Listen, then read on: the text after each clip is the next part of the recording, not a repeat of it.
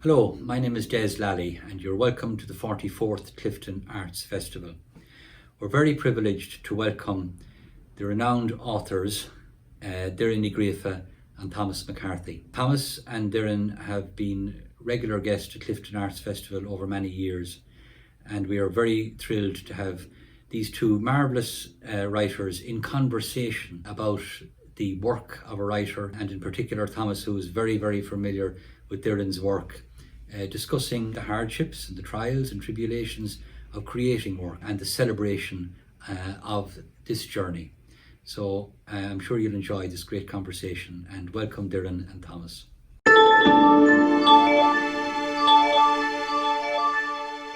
Here we are at the Clifden Arts Festival, a new iteration of the Clifden Arts Festival in our scoundrel time of pandemics.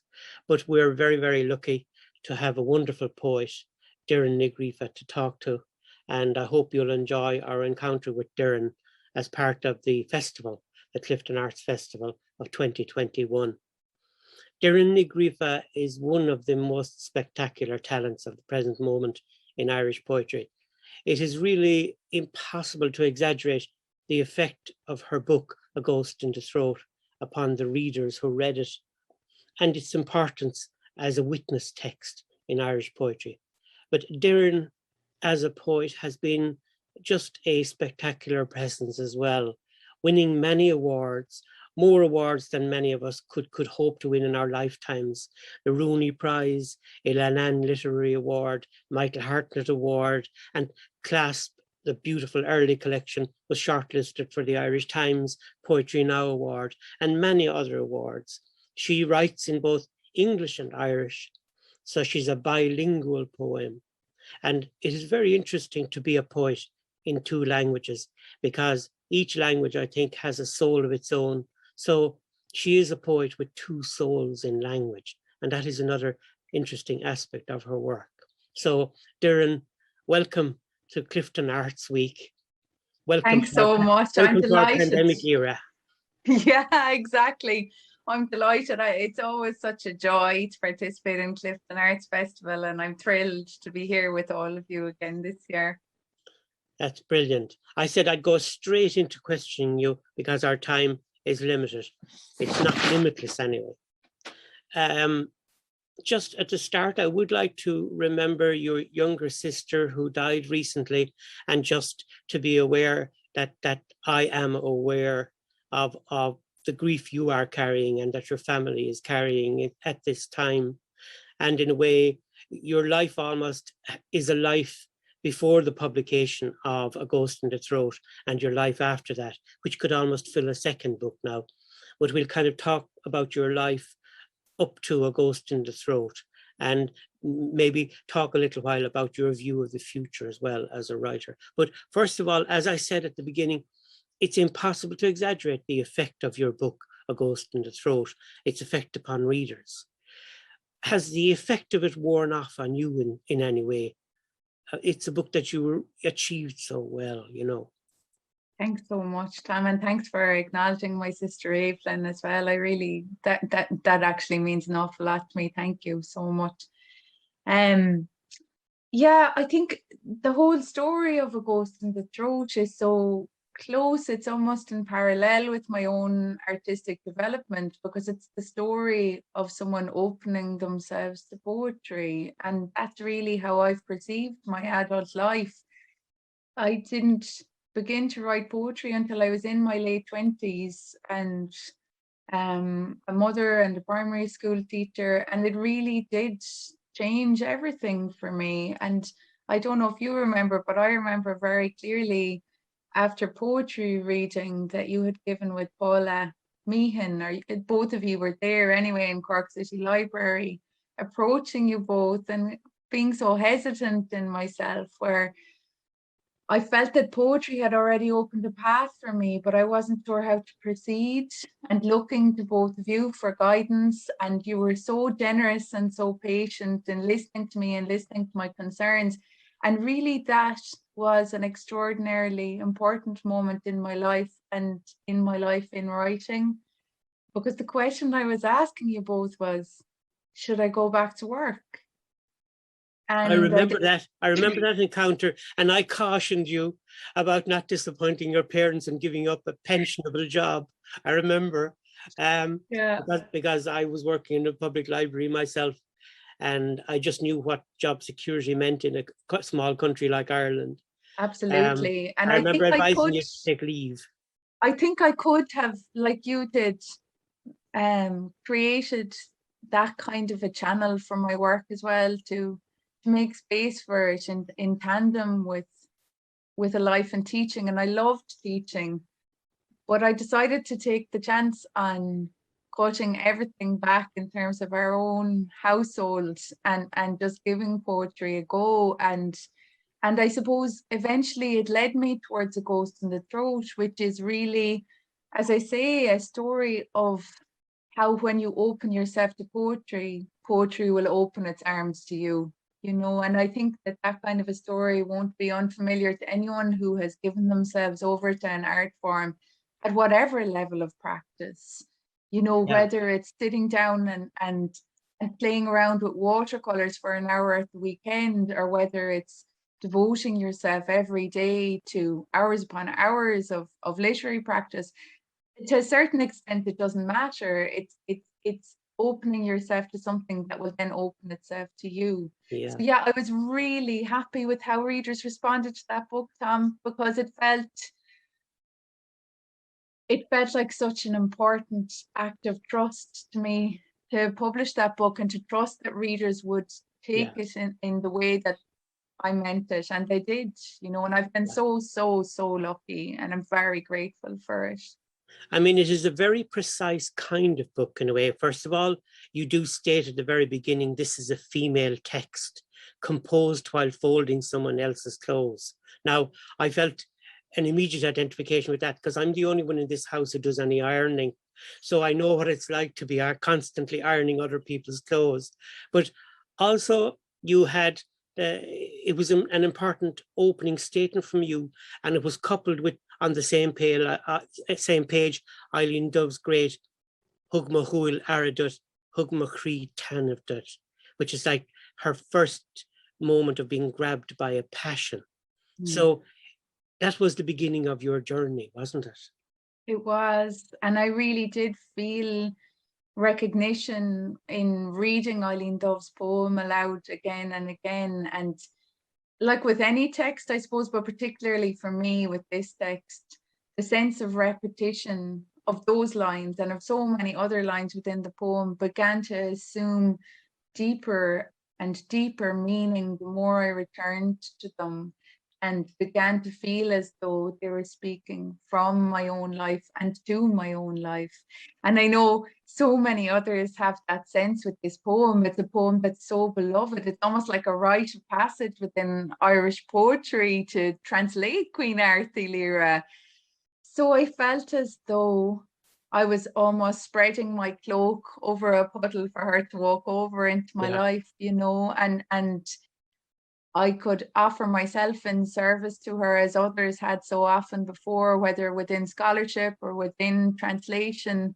And I was keenly aware, as I tried to lay out in those opening pages, that I was coming at it from a very different angle, from the angle of someone at a very particular moment in their lives where the care of small children and the running of a household was very much part of it. Yeah, and that is an important feature of the book.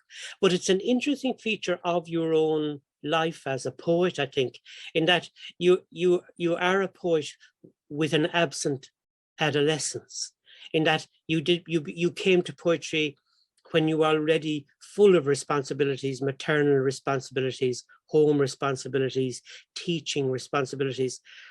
So there's almost an absence of immaturity in even your first poems, which is interesting. And was it that kind of mature passion in the text of Eileen Dove that really caught your attention?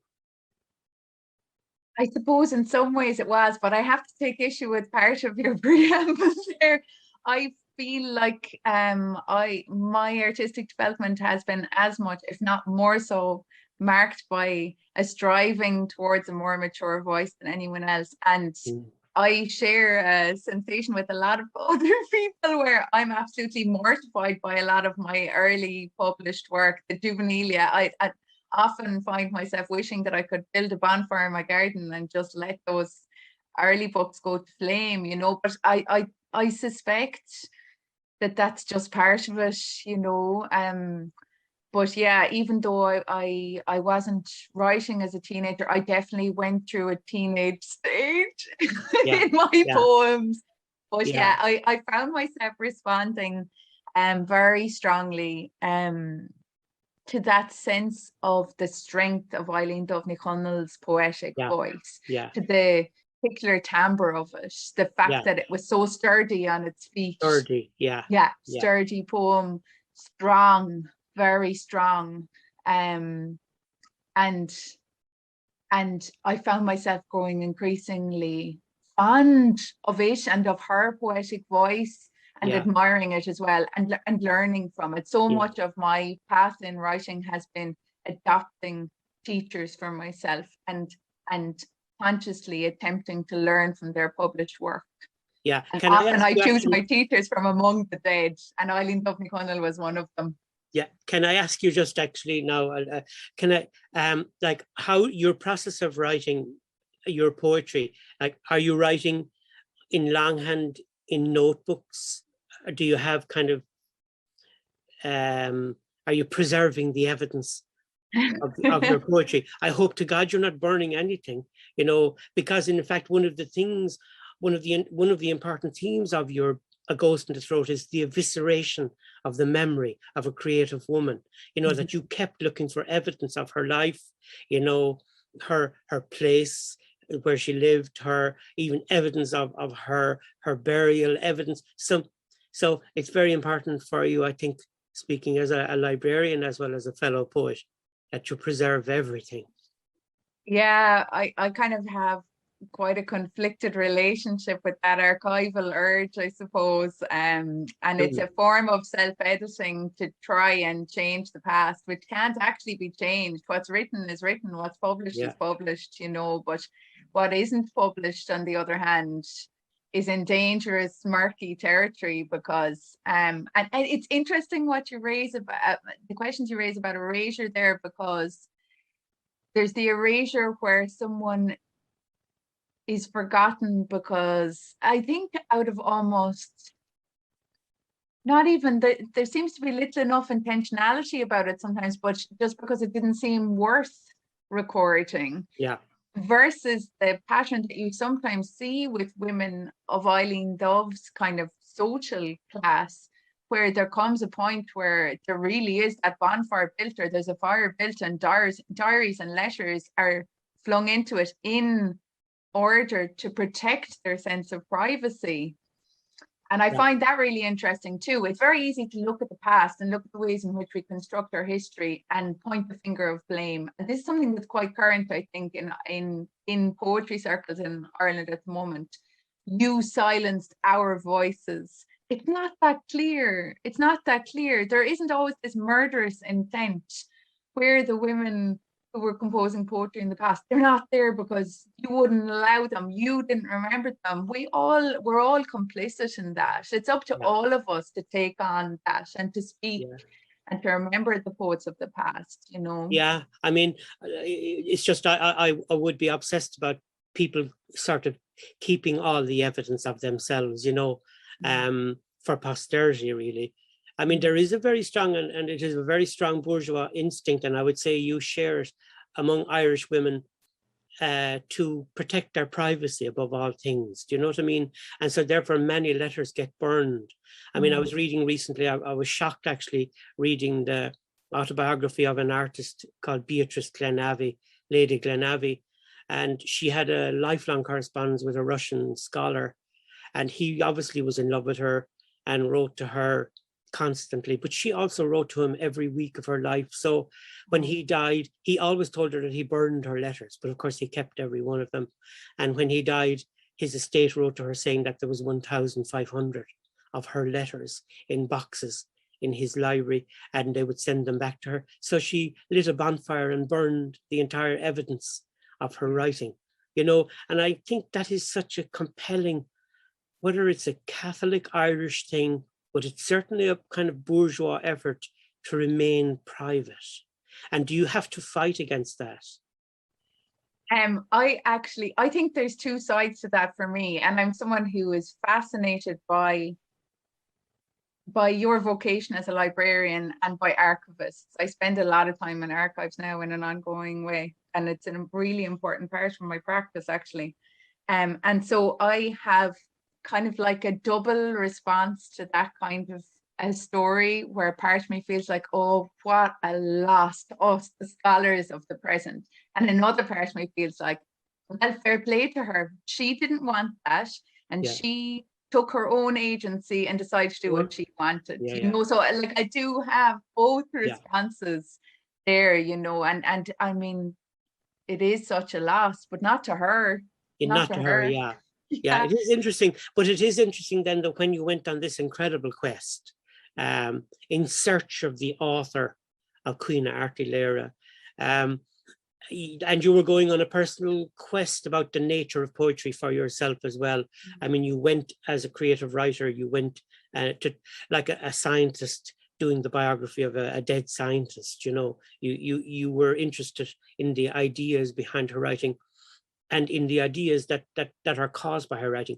But the evidence, in a way, you also found a second text, which not many people except sort of old fogies like myself would ever have heard of. And that is, of course, the last colonel of the Irish Brigade, Mrs. Morgan John O'Connell's book, where you found again evidence, not of her specific life, of the author's life, but of the lives of her brothers, the kind of male world of the O'Connells, you know. I love that. I love letters, and I love that the way Mrs. O'Connell, she describes, or she names herself, found in old Morris's secretary, brass handled and many drawered. Like the way that she phrases that, it just conjures it, doesn't it? Like I don't know if you've been in Doireann, but I can see it. I can see this secretary packed full of these letters back and forth between the brothers, back and forth between Ireland and France. And it just is a whole world, isn't it? The sense of correspondence. It's something we don't think of as much with email, I don't think. It's an entire world. Of course, it is the kind of world that sort of Daniel Corkery in The Hidden Ireland tried to write about, because he felt that the whole Catholic Irish world had disappeared in the official historiography of the 18th century, you know, whereas in fact there was a very prosperous Irish Catholic world going on beneath the surface, unrecorded by official documents in Dublin. And sort of like that particular book, Last Colonel of the Irish Brigade, is the sort of rediscovery of that world as well. So it was interesting the way you were sort of able to piece at least some evidence of the social life of the world of Art O'Leary and the O'Connells.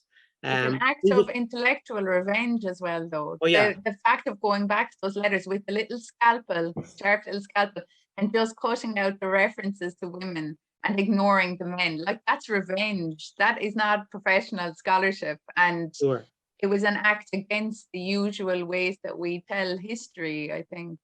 Well, it was a reminder that this book was a female text. I mean, you were constantly kind of, and I was aware of that as I was reading it. Now, I mean, there is a lot of history, as I say in the book. There's a huge amount of research. You're visiting various places. You're visiting the homesteads. You're visiting the ruins of houses. You're trying to find archives and archival evidence of this great poet and great woman. But also, I would say in your book, particularly in the first kind of half of your book, there's an awful lot of milk. There's kind of, to be honest with you, even my own nipples were beginning to feel sore as you were describing the industrial power of the breast machine in the intensive care unit of the neonatal hospital, you know. It is really an interesting metaphor. And you were aware of that as a metaphor, weren't you? Yeah, I really was. It's the white ink, isn't it? And the invisibility of Sisu. But there was so much, absolutely. There was so much milk in it because I was genuinely surrounded by milk. That tattered old photocopy I carried around me with the Queen there was often droplets of spilled milk on it, you know, and I breastfed all my children for quite a while, so it was a constant part of my days for so long, and I wouldn't have been able to write a book without milk in it. I just wouldn't. It's such a huge part of my days. Plus, I grew up in a very rural area, so Sure. once I started having my children, it was really familiar to me, and milk has been in my poems since the start as well. It's very milky work, you know. That's brilliant. Yeah. I mean, I thought of the, I mean, and that kind of community of rescue as well, which is associated with milk, which is the kind of the donation, and you have an instinct for donating, which runs through the book as well.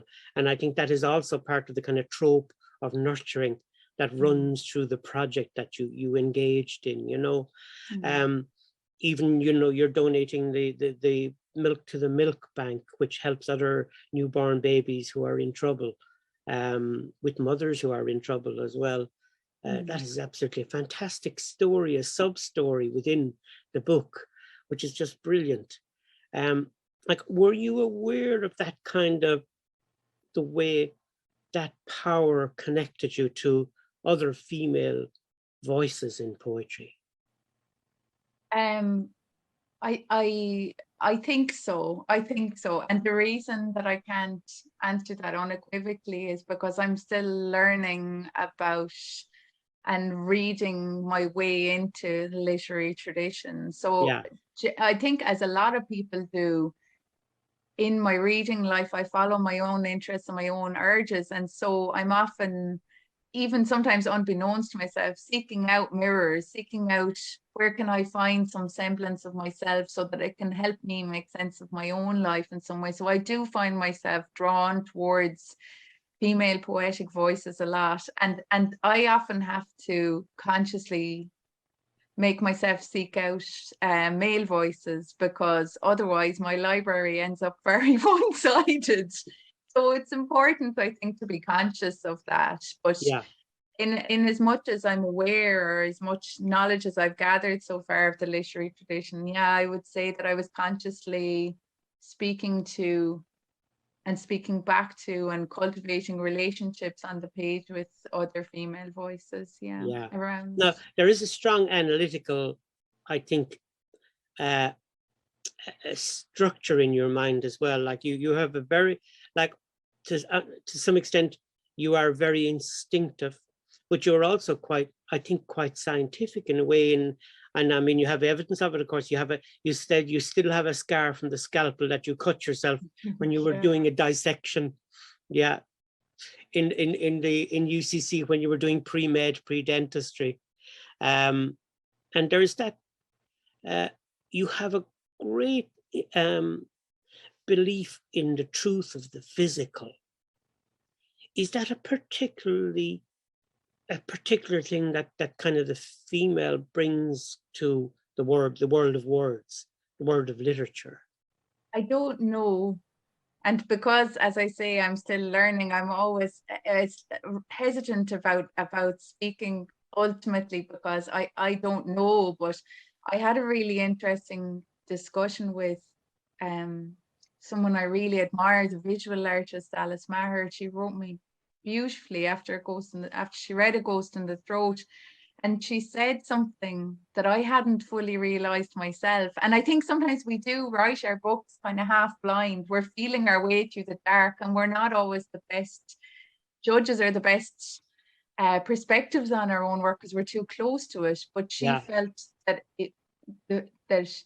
the book was radical in that it located the search through history within the female body. And that there was that sense of working through strata, but also physically bringing a body to the locations in which this other female body had once spent time.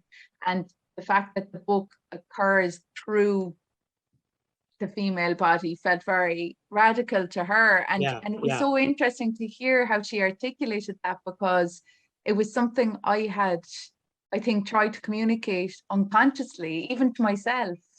So I suppose there's that element. That's the only way I could answer that question, I think.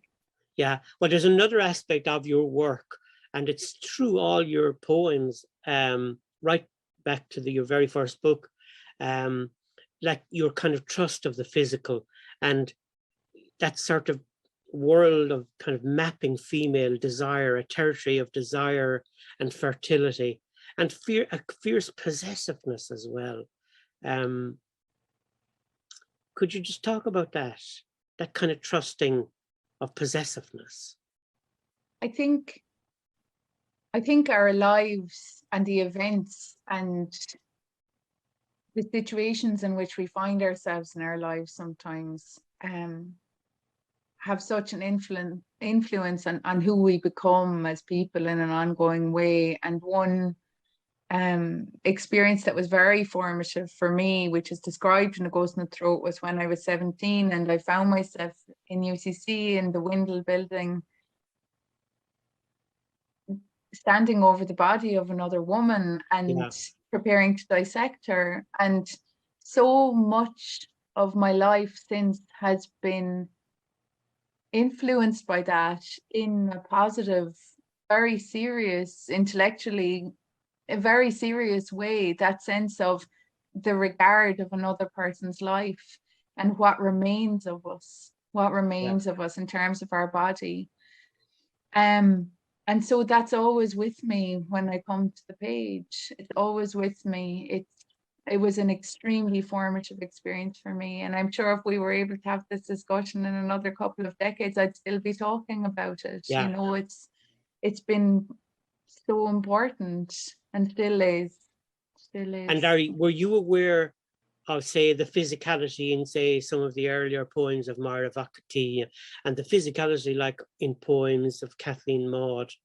Did you get strength from reading those texts? Yeah, absolutely. And I often think of, not directly in reference to this, but Nuala Ní Ghríofa's essay, What Foremothers, was part of the title. What Foremothers, like I set out as someone in my 20s to find and learn from what I perceived as my foremothers within the Irish language poetic tradition. Yeah.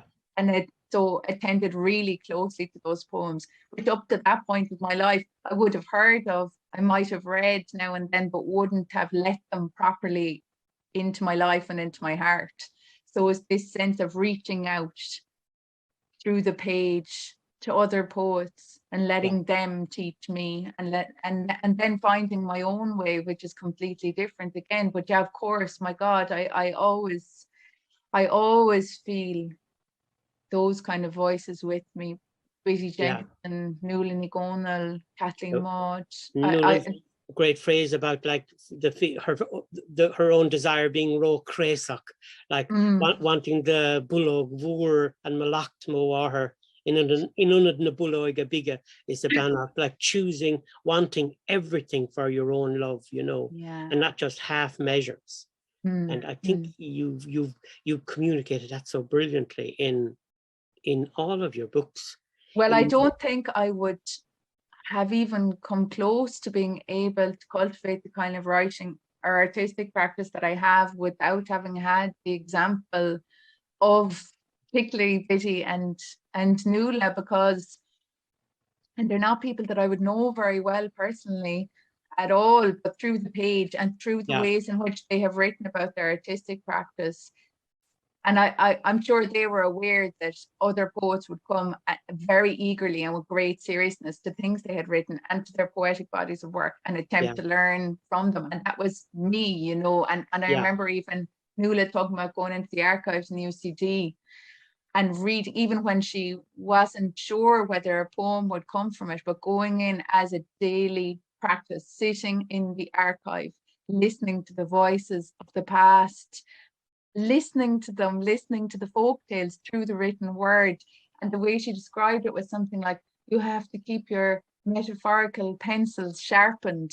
I feel that all the time, even when I'm having difficulty, that phrase comes back to me, that everything is grist to the mill, every moment that you devote, and it is an act of devotion, isn't it, an artistic practice? Absolutely. To reading or to writing, even if you're not feeling like you're making the poems the way you want to yet, it's all keeping the metaphorical pencil sharpened, so when the muse visits, you're ready. You're right, Dee. And that's only one thing that I learned from reading interviews with Nuala, reading her work. And I have felt grateful so often for the poets who've gone before us, the poets who are still writing so beautifully, and the poets who are writing now of my own generation. Yeah. Very important to me as well, an ongoing way. And that's interesting, the ways in which we watch our peers and the ways in which that acts as a spur to us. Well, that fascinates me. It is interesting. And I think, you know, even thinking of a little poem by Mara Vakati from the 50s, Crane Manati, you know, Quinigan Chilak Gyal, as on Clown's Face Smocked, you know, where she talks about all of the things you write about too. And then in the end, Akar knows Scheherazade, Ni Murdut and Eliukt Koma, you know, you have to accept my poetry as well. And do you think that there is something fierce about women poets in the Irish language in particular, a kind of it is almost a kind of upper class fierceness and of confidence. Do you kind of share that? Do you? I don't know. I like, in terms of class, I would never be able to think of myself as upper class, you know, because that's just not who I am or where I come from. And I think that that's really the instincts in your writing are nearly all aristocratic, though. The what in my writing? Sorry. The instincts that are constantly coming through in your writing and it's funny your that history, they're quite aristocratic, you know. And it's funny that I'm drawn towards characters like Eileen Dove, you know, whereas I say in A Ghost in Throat, you know, if we were actually coexisting in the same time, I would be in a position of service to her. You know, I'm not from the kind of background where I would have been, you know, Coglacha. Yeah. I think that farm in Kilnamona gave you great strength, you know, to face the world. And I think that's definitely in all your writing too. And that sense of ancestral lands and still feeling close to it. I mean, my uncle Brendan is farming there the whole time, and I'm only just back from there, and I still think of it as home, you know. And I think those of us who have close roots to a place, where our families have been, it's ancestral lands. I remember I was fortunate enough once to be brought over to New Zealand on one of those jaunts that feels very far from us now in coronavirus times. And I know they do it in Canada and parts of America as well. They preceded the reading with acknowledging the fact that it was occurring within a city that had been built on lands that were taken from people who were there long before them. Yeah. And I found it so moving, that sense of acknowledging those ancestral lands, those connections with the past, and with the Indigenous language, with the people who are still there. I just found it very moving. Now, there's a lot of flaws with that system, which I've been reading a lot about since, but I felt it just set me thinking, Tom, so much about how, and I'm still finding my way into it. That's why I get kind of sadach when I'm thinking about it. But the ways in which we find that difficult to acknowledge our connections with land, our connections with the people who lived in this particular place where I'm sitting now or where you're sitting now, and the ways in which our connections and bonds with land have been ported or have been built, and how that affects our sense of self. And I've been very fortunate to have Kilnamona, you know. Yeah, it is definitely there. I mean, it's definitely there all the time. Anyway, I mustn't talk about The Ghost in the Throat forever, but we could talk about all of the themes and the questions that arise in reading that book. You know, they're like, it's a very, very complex book. It's kind of it's very like Nuala O'Phelan's Are You Somebody, that wonderful book, which was so crucial. And in the sense, then it's also, you could say, a bit like Frank O'Connor's An Only Child. You know, it's a mixture of different kinds of books, but all of them creating questions, you know. So it is a book that we'll be talking about for a long time, I think. But I really want to just, before we lose ourselves completely in time, how does a poem begin for you? it often begins with the friction between two words, or even within one word, within itself, within the soundscape of a single word. I mean, I'm a voracious reader, so often I'll find a word, I won't know what it is, I'll look it up, and it will start to kind of tremble someplace in my imagination. And sometimes years later, a poem will grow from it. But it's very often for me, rather than springing from an idea or from an experience, it's a word, a single word, or the sound, the two words placed side by side, that kind of weird juxtaposition, like the weird alchemy that arises when you do that.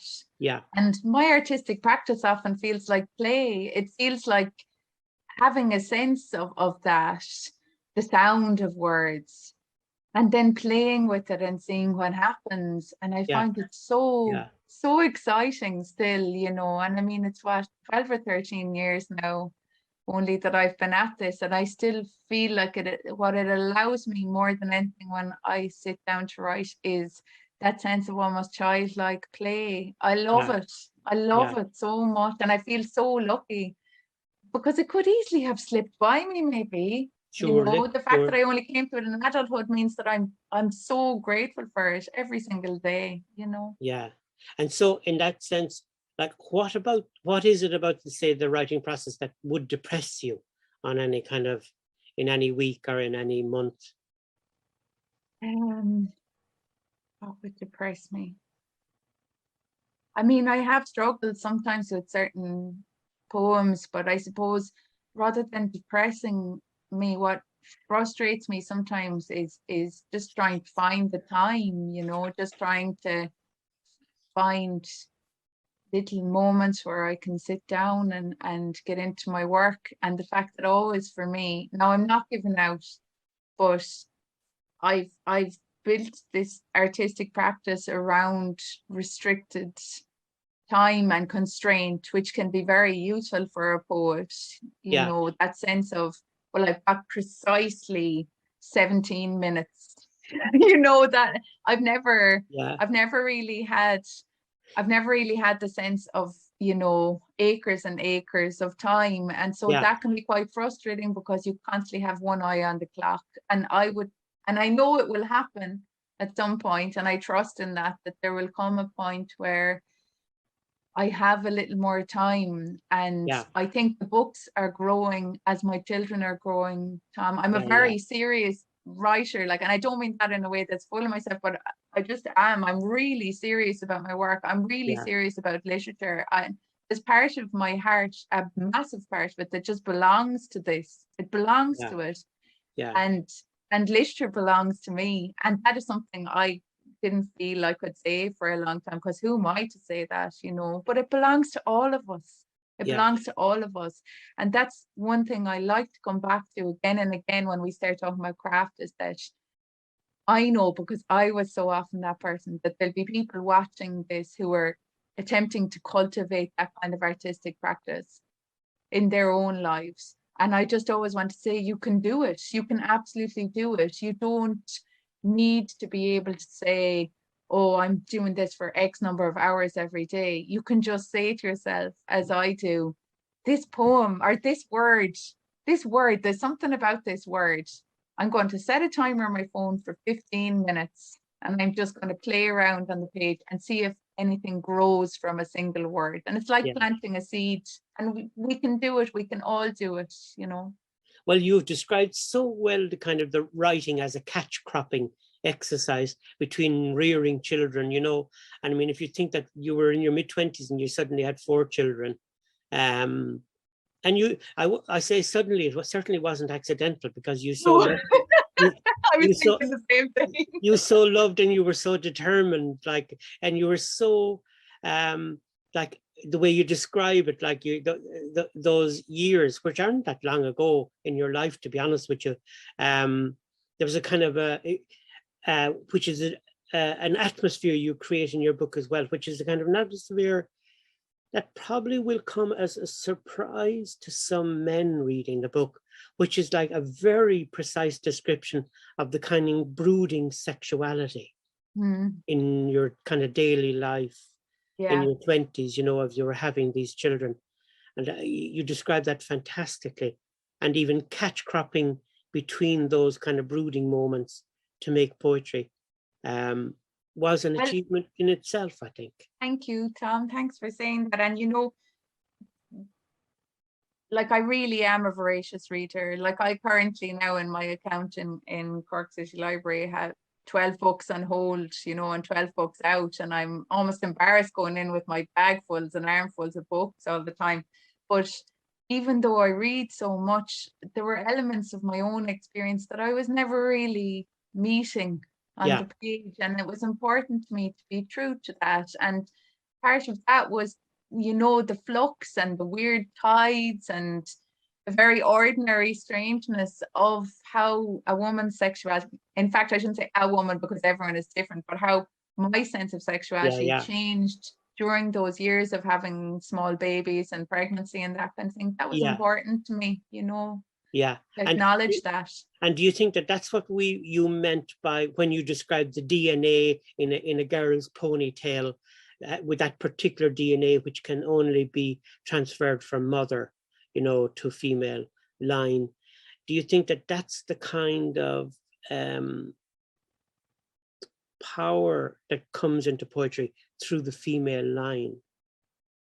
I wonder. I'm really fascinated by ideas of matrilineal descent and what are the traits and qualities, physical and otherwise, that find themselves reappearing throughout those lines. Yeah. I know from my own family and possibly it's the same in other families that we often tend to talk about the men, you know, the men that came before us. Yeah. In my family now, they do talk a lot about the women as well, but it's in a different kind of a way. Right. And I always come back to that phrase, you know, how you might look at a child and say, oh, you have her eyes. There's so much bound up in that phrase about matrilineal descent, the way that you look at the world. Oh, I just find it so moving. So I suppose that's part of what I was puzzling my way through in A Ghost in the Throat, those ideas of matrilineal descent and how it changes us and how it influences us. Yeah. Now that is really interesting, and I want to now, of course, ask you about 5 more questions about that as well. But they're telling me time is limited, and I'd asked you. I texted you saying, would you be prepared to read maybe 2 poems, one Osgoilaga and one English poem, just because so that people, like, that's our set, your total centering process, that your poem is your centered self, you know. And I feel if people didn't hear you read a poem, they wouldn't really know who you were in the end, you know. Yeah. So would you mind reading? Funny? Yeah, we could be here talking all day, but actually everything is in the poems, isn't it? I have to go down to the poem, It's always the same. Okay, so we might have a few minutes then just to talk about them after you've read them. So I'm going to start with the poem that has a very long title, and it's one Osbeirla called At 11:30 in the Mutton Lane Inn, I am fire, slaughter, dead starlings. And I suppose I've lived in Cork now since I was 17 and I'm 40 now. So it's a long time for me that I've been here. I've been longer here than away, which seems very strange. But the historical event that this poem kind of fluctuates around was one that I came across again in a library book in the Atlas of Cork City, which I really recommend to everyone. It's fascinating and full of really interesting historical details. Though this pub is crammed with laughter, I feel your stare. It burns. If you continue, I'll tell you of 1622, when a lightning cloud shadowed this city, flinging sparks on thatch that pulsed to flame. People stumbled over each other through laneways, clutching children to their chests, weeping, afraid, while fire bloomed along the paths where they ran and fell and ran. After the fire, Those who survived spoke of the omen of a fortnight before, when two murmurations of starlings clashed in the sky, flinging themselves at each other, high and wild, until small corpses thumped into gutters and ripped wings cobbled the streets, leaving the paths all bird-bloodied, all blushed and trembling. For hours, those birds' tiny magnet hearts jerked towards each other, as though they couldn't help themselves, in shiver and grasp and shatter, their bodies swooning and falling into each other, 1,000 small deaths. Except, listen, in those days, they didn't call them starlings, they called them stairs. So you see, I will say, stairs spark fires that cannot be quenched. Stairs cause children to weep, clutch tight to chest. Turn away, I will say. Find someone else. It's really only one of the only benefits of poetry, since there's no real financial benefit, is the fact that you do sometimes get chatted up after poetry readings, but that's like the opposite of a chat up line, that one, I think. And the poem that I'm going to read as Gaeilge, again, it draws on history, and it was kind of a parses do chun star, nach ro inchinte scale gum. Often there's elements of the tellings of history where the certain characters have been occluded, and as you know, that's always something I'm interested in. So this poem considers the tragedy of the Titanic from the perspective of the character with which it collided. And so I'm going to, leave me as Gaeilge ar dúsa agus an sin tuck me ar harneis agus leave me mash on hin as Béarla. I'll read it in my own English translation then now. Ar a slí chuig Steve an longmhórte, Honnig an captain de Carter Chay an knoch air úd trína dhé húlig. Valéir gro an dochar dénta hana hín, an ionise soléir, stríocha fada darug, imel an knick bhain, scréich I béint. In an mark a squeal an scales an captain, ho soléir le jacht dhearige an dá nail le braca lé. Bhí an knock air mar a bhíoch léoch éigen as finchcéad, fámar a fér tréis tras rúthir, a bachtaí leis go himmel farc an áir, le scart fola ón na híomh, átar búlú é le rin clíomh, is le gach slashcéim is lacéim, an léoch ard ú de cléochlú, a lágu. Ho harsa leis na sean déthe, sé liú an slíomh air sin le réim féróna na Héigipte. Hinte sa Greenland de shrín sneachta air, scurtha ó graim a bháthair air seo, chuig lapadaíl úr chiadaí an agéin Arctic, sceithú é, scaoilú le shrop, go dtí an oíche gur chas sé ar an lung. Bradú an éiad in na chéile iad, ach lean sé ar a shlí, gan brathnú siar. Laistigh de chúpla bliain, bhí sesin imethe leis, gan fáca ina dhéag, ach brachal fionnisce, brach le mólíní pénta dearga, scaptha, scaoilte I sáile an agéin.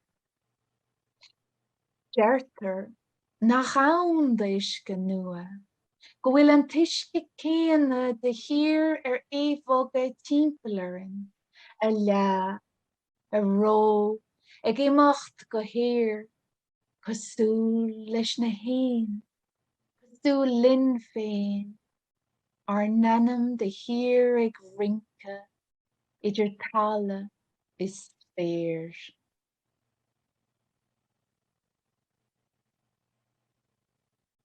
As he made his way to the site of the shipwreck, Captain de Cartagena observed the iceberg through his binoculars. That harm had been inflicted was already evident in the long red streak torn into its side, a streak in paint. Cry.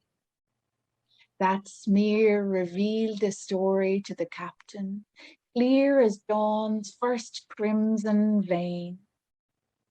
The iceberg seemed to him a warrior from some ancient myth, a colossal hulk in the aftermath of combat, dagger swooning from a battlefield with blood seething from a wound, and how with every sidestep and half-step, that tall conqueror seemed to be changing, softening, weakening. As ancient as the old deities, this glacier was born in the reign of Egyptian pharaohs, conceived in Greenland from ancient snows, born of ice, split from the grip of his mother glacier to the cold lap of the Arctic Ocean. It was unstitched, split, released to drift in torrents of ice until the night it chanced upon a ship, Titanic. Then the collision, struck, stricken, and still it kept to its path without looking back. Within some years, it too would evaporate, leaving in its wake only a trickle of fresh water, speckled with molecules of red paint, strewn into the vast brine of ocean layers, astray.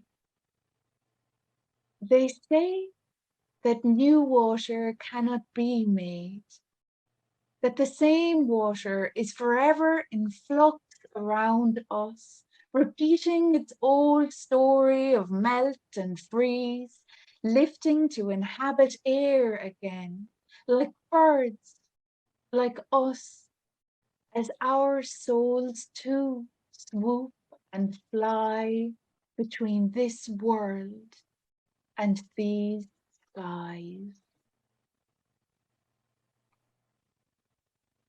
Well done.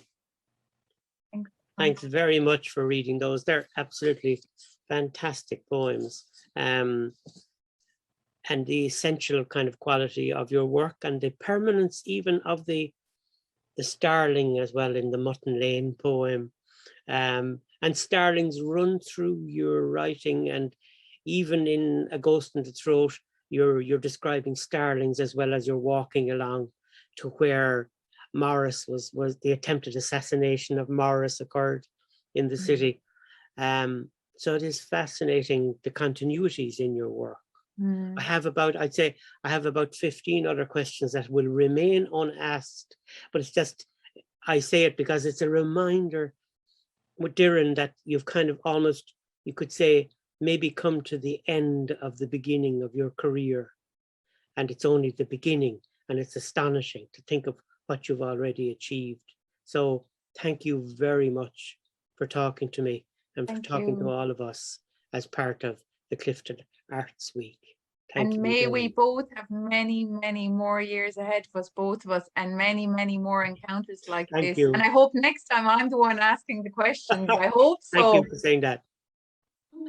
Thank you, Tom, and thanks to the Clifden Arts Festival. Chomagur mil mahagov galera sachdeista clinin of choma. Mil magad.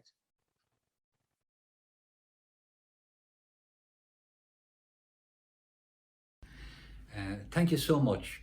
And we'd like to encourage all our audiences and participants to go out to your local bookshop and purchase these books and also to support your local bookshops. And we're so fortunate in Clifden to have the Clifden Bookshop